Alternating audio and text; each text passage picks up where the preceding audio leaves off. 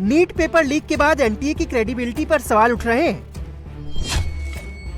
नवंबर 2017 में गठित national testing agency NEET UG, CUET, CMAT, GPAT समेत देश भर में 20 से ज्यादा एंट्रेंस एग्जाम, फेलोशिप और स्कॉलरशिप के एग्जाम कंडक्ट करवाती है।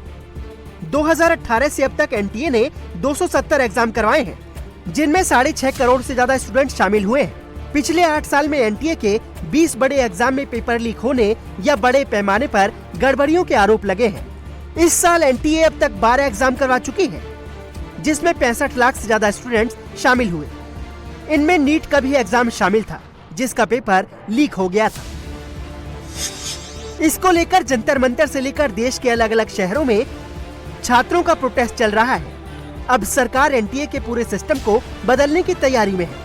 सूत्रों के मुताबिक परीक्षाओं को पूरी तरह लीक प्रूफ बनाने के लिए एनटीए के आउटसोर्सिंग सिस्टम में भी बदलाव किया जाएगा।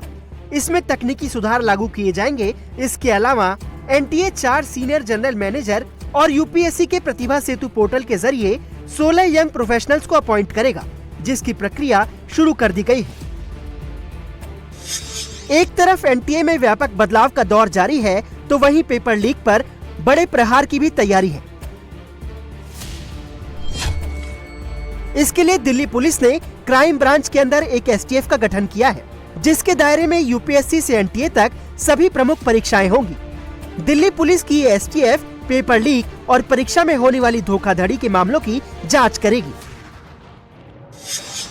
डीसीपी रैंक के अधिकारी इस एसटीएफ के चीफ होंगे, यानी दिल्ली पुलिस अब पेपर लीक केस की मुख्य जांच एजेंसी होगी। अब दिल्ली पुलिस ने एसटीएफ बनाने की घोषणा कर दी है और सबसे बड़ी बात यह है कि इस एसटीएफ के पास जांच करने का अधिकार क्या क्या है, कौन कौन से एग्जामिनेशन। यूपीएससी जो एग्जाम कंडक्ट करवाती है वो उनका जांच कर सकती है। एनटीए के द्वारा जो एग्जाम्स कंडक्ट करवाए जाते हैं उनका जांच हो सकता है। इसके साथ साथ रेलवे के एग्जामिनेशन जो होते हैं जिसमें लाखों बच्चे पार्टिसिपेट करते हैं उसका जांच करेगी एसटीएफ। और इसके साथ साथ जो एसएससी का एग्ज़ाम होते हैं जिसमें भी लाखों बच्चे, तो इस तरह के तमाम ऐसे एग्ज़ाम जिसमें लाखों बच्चे अपीयर होते हैं उसको जांच करने का अधिकार एसटीएफ के पास है। और इसके साथ साथ ये भी कहा गया है जो दूसरी एजेंसियां इस मामले में जांच कर रही है उसको भी सपोर्ट करेगी ये एजेंसी। इसका मतलब ये हुआ कि स्पीडी ट्रायल के लिए अगर किसी दूसरी एजेंसी को ज़रूरत पड़े तो एसटीएफ उसमें मदद करेगा। तो ये एक कोऑर्डिनेटेड एफर्ट होगा जिससे अच्छी तरह से जो भी इस मामले में दोषी हैं उनको सजा दिलाया जाए। दिल्ली पुलिस ये कह रही है कि कमिश्नर के ऑर्डर के बाद एसटीएफ का गठन हुआ है, तो इसका सीधा सीधा मतलब ये है कि होम मिनिस्ट्री के आदेश के बाद ये हो रहा है। दिल्ली पुलिस सीधे सीधे केंद्रीय गृह मंत्रालय के अंडर में आता है और इसका सीधा मतलब है कि गृह मंत्रालय सख्त है। इस मामले में एसटीएफ बनाने की बात की गई है और डीसीपी लेवल के अधिकारी के पास इसकी जिम्मेदारी होगी।